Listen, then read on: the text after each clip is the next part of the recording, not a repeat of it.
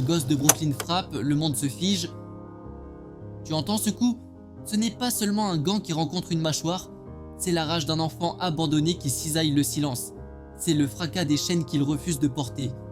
Tu crois connaître la violence? Mike Tyson, lui, l'a respiré comme on respire l'air vicié d'un immeuble sans avenir. Il n'a pas choisi la rue. La rue l'a adopté, l'a élevé, l'a formé à coups de poing et d'humiliation.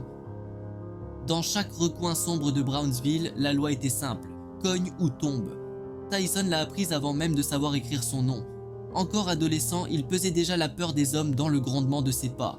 À 16 ans, il broyait des sacs de sable comme s'il avait insulté sa mère. À 18, il frappait si court, si net, que les caméras semblaient rater des images. Imagine un torse de taureau, une nuque plus large qu'une porte, des yeux vides comme une nuit sans lampe. Mike entrait sur le ring sans musique, sans sourire, simplement drapé d'une serviette trouée. Il n'annonçait rien, il promettait tout, chaos, silence, légende. Mais derrière cette bête de guerre se cache une histoire qui terrasse même les plus endurcis, celle d'un garçon humilié, racketté, moqué pour son zozotement, qui a juré de ne plus jamais plier. Chaque uppercut raconte un Noël sans cadeau, une nuit sans toit, une insulte gravée sur sa peau d'enfant. Tu veux comprendre la rage? Marche dans ses pas, écoute la voix qui gronde. Personne ne me donnera la permission d'exister, je l'arracherai de ses mains. Tyson n'est pas né champion. Il a forgé sa couronne avec la peur des autres. Brownsville, quartier est de Brooklyn. Des immeubles qui suintent la misère, des ascenseurs qui puent l'urine et la sueur. Mike, troisième enfant d'une mère épuisée, n'a pas de père. Son terrain de jeu, les toits, les cages d'escalier, les coins d'ombre où l'on échange du crack contre des rêves brisés. Le jeune Tyson bégaie, traîne un regard fuyant, porte des lunettes cassées, les caïds flairent la proie, lui arrachent ses pigeons apprivoisés, ses uniques amis. Alors il apprend à cogner pour sauver ses oiseaux, puis pour sauver sa peau. À 14 ans, il compte déjà 38 arrestations pour vol à la tire, menaces, agressions. La police le connaît par son prénom. Mais derrière les barreaux d'un centre pour mineurs, un conseiller repère sa puissance animale. Des avant-bras comme des troncs, une vitesse d'éclair. Il glisse un nom à un certain Cus D'Amato, vieil entraîneur bougon qui collectionne les prodiges cassés. Cus accueille Mike dans sa maison de Catskill. Première fois que le gamin voit une table dressée, des draps propres, on lui demande pas de voler, juste de mettre un pied devant l'autre et de dire « bonjour ». Le vieux maître voit plus loin que les poings, il devine la douleur. « Je ferai de toi le plus jeune champion poids lourd de l'histoire », promet-il. Mike hoche la tête mais ne croit pas aux promesses. Pour la première fois pourtant, quelqu'un pose une lumière dans son obscurité. Le paradis n'efface pas l'enfer, il le rend plus bruyant. Tyson s'entraîne jusqu'à vomir. Levé à 4h30, 6 km de course, 100 pompes par round, sac lourd lacéré de sueur. Il dort au gymnase bercé par le claquement des cordes. Mais chaque nuit, il rêve encore des railleries. Grosses lèvres, petit esprit. Cus l'exhorte. Transforme ta peine en énergie. Mike obéit, il frappe, frappe encore. Pourtant, la peur ne part pas, elle grandit. À 20 ans, il devient champion du monde, détruit Trevor Berbick en 2 rounds. Les flashs aveugles, l'argent coule, il achète des tigres, des manoirs, plus de solitude, la gloire tourne au poison. Entre 2 combats, il tombe dans l'alcool, la drogue, les nuits sans fin, les journaux le hurlent, bête incontrôlable.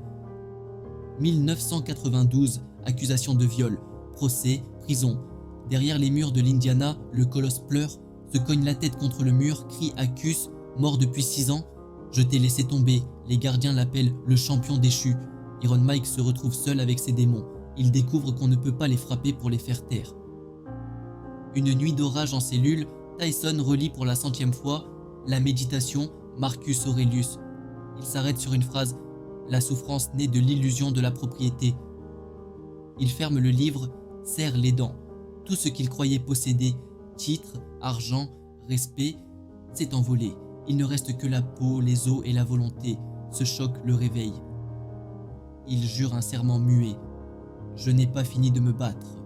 Dans la cour de la prison, il court en cercle jusqu'à ce que ses baskets fondent. Il fait des pompes sur ses phalanges nues jusqu'au sang. Chaque compte intérieur devient un mantra. Discipline, humilité, reconstruction. Libéré en 1995, il affronte la caméra sans sourire.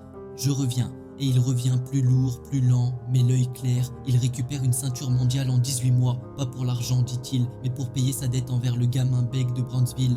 Ce moment est le vrai déclic. Comprendre que la force n'est rien sans une cause à servir. Tu veux passer du chaos à la maîtrise, suis le plan Iron Mike. Écris ton enfer, prends une feuille, note l'ennemi intérieur qui te sabote, mets-le en mots, arrache-lui son mystère. Choisis un rituel brutal mais simple. Chaque matin, à l'aube, un exercice qui brûle, corde à sauter, sprint, pompe, peu importe, tant que ça fait mal, la douleur est le péage de ta liberté. Répète le mantra 3D. Discipline, fais ce que tu as dit même quand personne ne regarde. Danger, rappelle-toi que l'échec rôde prêt à mordre. Direction, garde l'œil sur un objectif mesurable, pas sur l'opinion des autres. L'action immédiate, ferme cette vidéo, va courir 3 km sous la pluie, reviens trempé et note ce que tu as appris sur toi. Pas demain, maintenant, parce que le ring ne t'attendra pas et la vie non plus.